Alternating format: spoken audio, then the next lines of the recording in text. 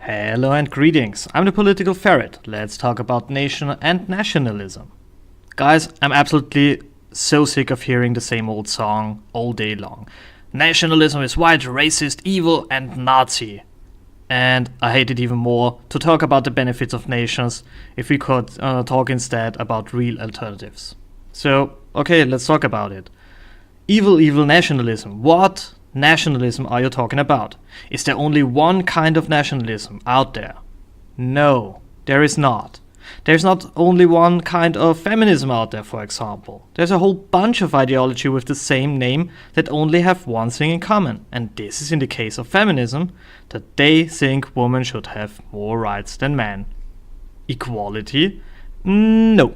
If you think you are a feminist and you are for the same rights and same obligations for men and women, you're an egalitarian, perhaps just regarding sexes, but nevertheless, wrong word. Feminism wants to improve the rights of women. Point. The different branches of feminism define themselves where to stop. One say you have to stop if women have the same power as men, and others would disagree. And that's true with all ideologies. And it's true that most people who are pretty deep in one ideology don't want to stop ever. But okay, enough about the whole ranting. So, what's nationalism then? Nationalism is the idea that we divide Earth into artificial places that are different. Okay, but how different, you ask? Well, that depends, and we will cover this later. So, what's the opposition to nationalism? Well, there are some, but the two most important are anarchism, which means no borders, no governments, like in the Stone Ages, and more importantly, globalism. One supernation, one culture with the option to one leader, or how the German would put it, ein Volk, ein Reich, ein Führer. I will cover globalism in a later video, but in a nutshell, how to achieve that. Well, since like ever, single nations, tribes or groups tried to conquer the world, but this approach didn't work because people don't like to be conquered or subjugated. So we tried something new, the United Nations. This also didn't work. It would have worked if all the nations would have transferred all their military to the United Nations, and well, they didn't. So, next idea? What about a growing superstate? A nation-state can't grow without war, but entities like the European Union can. So let's build them and let them grow. At some point in the future, there is more or less every state in one of the superstructures, and then you can fuse them or conquer them or whatever, and say, now we are Earth's super nation, and all the nations below the structure are now just like regional states. Mission accomplished. And this is what those who scream about how evil nations are want to achieve. Most of them simply don't know it because they are just against nations and for absolutely nothing. And these useful idiots dominate the far left. But you can call them out on the bullshit. Are you against nationalism? What are you for? What are you? For Stone Age or globalism? Or you can ask them if the state should pay anything to anyone, like say the basic income. And if they say yes, they can't be anarchist. Because if you would be an anarchist, there is nobody there to give you a basic income. So you're a globalist. I would suggest that about 99% of the hard left are globalists. And most of them, again, don't know it. Calling yourself an anarchist and asking for basic income paid by a state, God, how stupid can someone be? Okay, so let's go on the other side. What are the big players there on the nationalism front? Well, we have the classic idea that nations of different people. And what is a people? Well, they say it's culture, but what they mean is language. The Organization of Nations in those parts of the world where the mighty did care at least a bit, and this excludes Africa sadly, the borders run to a very large degree on the borders of language. With exception, of course, and yes, I mean you, Switzerland. This is more or less status quo, especially in the West, and it works quite well. Not perfect, but well. Could you do it differently? Yes, of course. You could draw the border based on religion. This is true for wannabe Tibet, for Israel, and especially for Pakistan and India.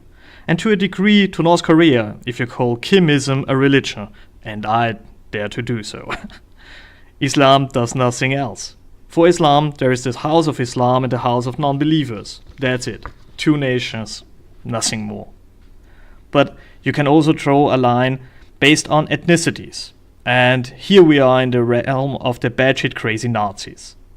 Are there places on Earth where they do that?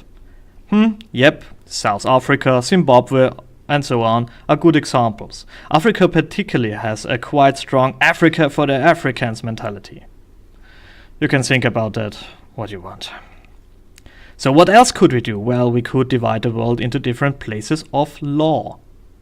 In one place it could be, say, forgiven to have a dog as a pet, and in another place you could have one. In one place Star Trek is the official religion, in another place all religions are banned. In one place the law fills 1 million books and another uses a law that only fills 10 pages. In one place they work, in another place they are just punks drinking beer all day long. One is in any state, the other is a de facto anarchy. But all of them are protected by one unified code that states that a nation has a right to exist and has a right to land based on the inhabitants. And yeah, I know this is one of the tripping wires, I know that. If you have more people, you get more land from those nations who decline. But war is not an option.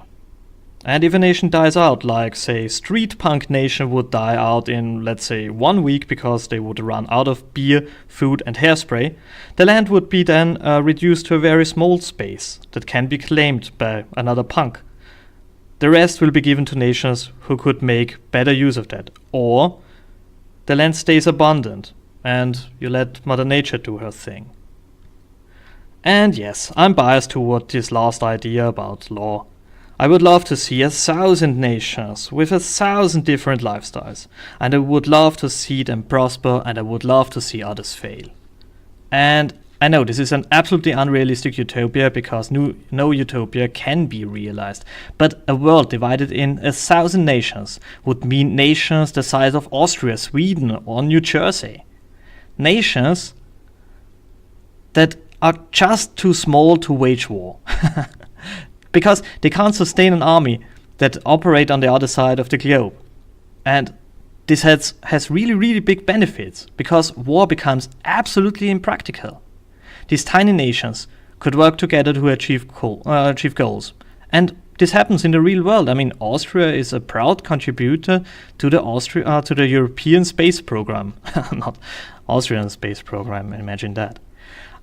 So is there another base you can form a nation around? Yes, of course, I mean, the ideas are endlessly. But let's go back to reality. We have nations, and the big question is what we want to do with them.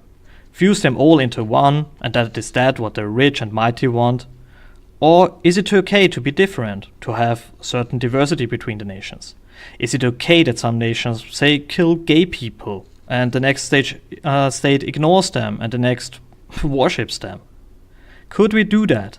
Or do we have to agree to one universal code of behavior we all have to follow in one world with one law and one government, one market, and I guess one leader? I mean, you see, not every nationalist is a Nazi. You could argue that all ethno-nationalists are Nazis, and you won't get an argument from me in this regards. But calling someone who wants to live peacefully with a certain law next to someone who wants to live by another law, and they both respecting other, a Nazi is just outworldish stupid. I mean, come on, the Nazis, they didn't give a fuck about national borders or respect of sovereignty. The central dogma of nations is that you have to respect the border. You respect that others have different laws on the other side of your wall, and you have to respect that they do things you find disgusting. But on the other hand, you have the right to do stuff that might offend them. It's respect, nothing else. Does this mean that I am okay with states who stone people to death? Kind of, yes. I mean, it's their way of life, okay? Am I okay that they come over? Yeah, of course. But the moment they enter the realm of not killing raped little children because holy books say so, they have to accept that the rules are different here. From my point of view, about 90% of refugees who come to Europe flee the same menace, and that's Islam. May it be that the jihadis want to kill him? Is it because Islamic states are poor? Because if you ask in Holy Book how to build a car, you won't get far. Or be it because you're a woman and you want to be worth more than an animal, or because you don't want to be a slave. And don't come with, they are just poor because of the West. That's bullshit. Saudi Arabia, for an example, has more than enough money. They could build an industrial infrastructure. I mean, do you know how many Islam-dominated states produce engines for cars? 0. I mean, that's a 100-year-old technology and they can't do it. I mean, because there is no chapter in that stupid holy book about how to build a car. And if it's not in the Quran, they just don't care. And there are those who are not refugees, but try to colonize the land of the non-believers. And how do you spot the difference? Ask them about Islam. If they are refugees, they won't have a lot of love for that. I mean, imagine Jews, communists, and religious minorities who ran away from the Nazis in the 30s. And what kind of opinion do you think they hold regarding this fucked up ideology that fucked up their nations? But, however, another core element of this is that every nation has the right to pick the people who want to come in. If a lot of people want to come in, you can and you should be picky. That's okay. It's not first come, first serve. You can pick, you should pick, and nobody has the right to go wherever he wants by default. You can pick people also for charity reasons. But this is still picking.